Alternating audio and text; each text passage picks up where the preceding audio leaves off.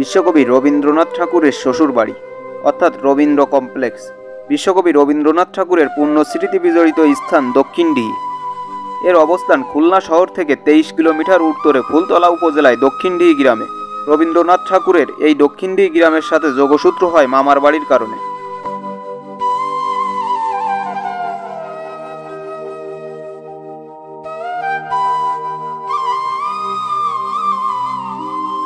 তার বাবা দেবেন্দ্রনাথ ঠাকুরও বিয়ে করেছিলেন এই একই গ্রামে রামনারায়ণ চৌধুরীর কন্যা সারদা দেবীকে। কলকাতার জোড়াসাঁকোর ঠাকুর পরিবারের আদি নিবাস ছিল পাশের রূপসা উপজেলায়। সেই সুবাদে ছোটবেলা থেকেই এই অঞ্চলে মায়ের সাথে আসা যাওয়া ছিল রবীন্দ্রনাথ ঠাকুরের।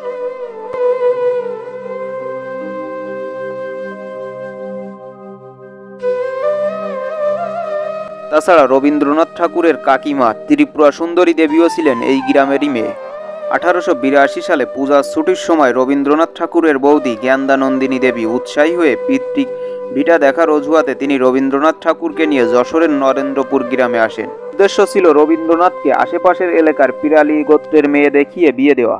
সেই সময় তারা খুলনার ফুলতলা উপজেলার দক্ষিণদিহি গ্রামে বেণী মাধব রায় চৌধুরীর মেয়ে ভবতারিণী অর্থাৎ মৃণালিনী দেবীকে দেখেন এবং রবীন্দ্রনাথ ঠাকুরের পছন্দ হওয়ার পরের বছর 1883 সালে তাদের বিয়ে হয় এবং বিয়ের পর ভবতারিণীর নাম হয়ে যায় মৃণালিনী দেবী।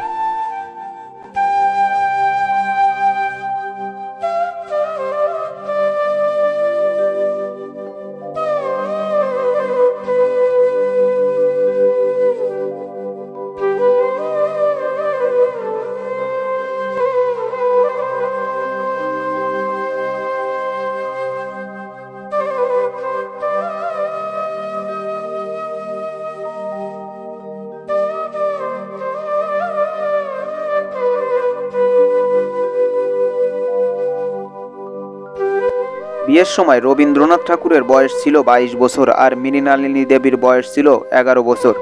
বিয়ের 29 বছর বয়সে অর্থাৎ 1902 সালে মৃণালিনী দেবী মৃত্যুবরণ করেন।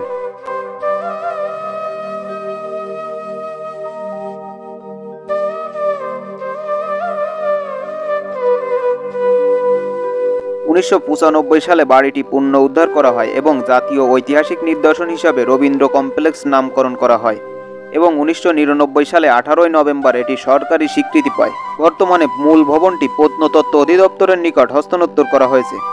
এখানে প্রবেশের জন্য আপনাদের টিকিটের মূল্য পড়বে জনপ্রতি 10 টাকা।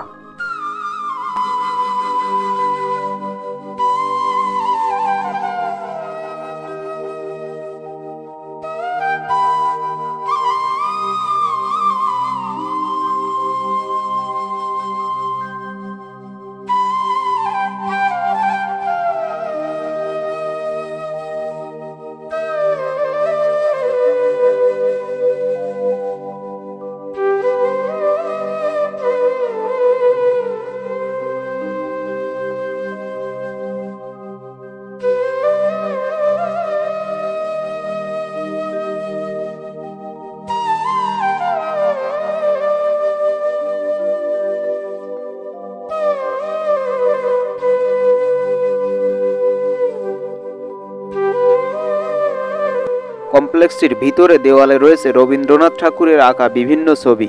তাছাড়া আরও রয়েছে রবীন্দ্রনাথ ঠাকুরের লেখা বিভিন্ন বই।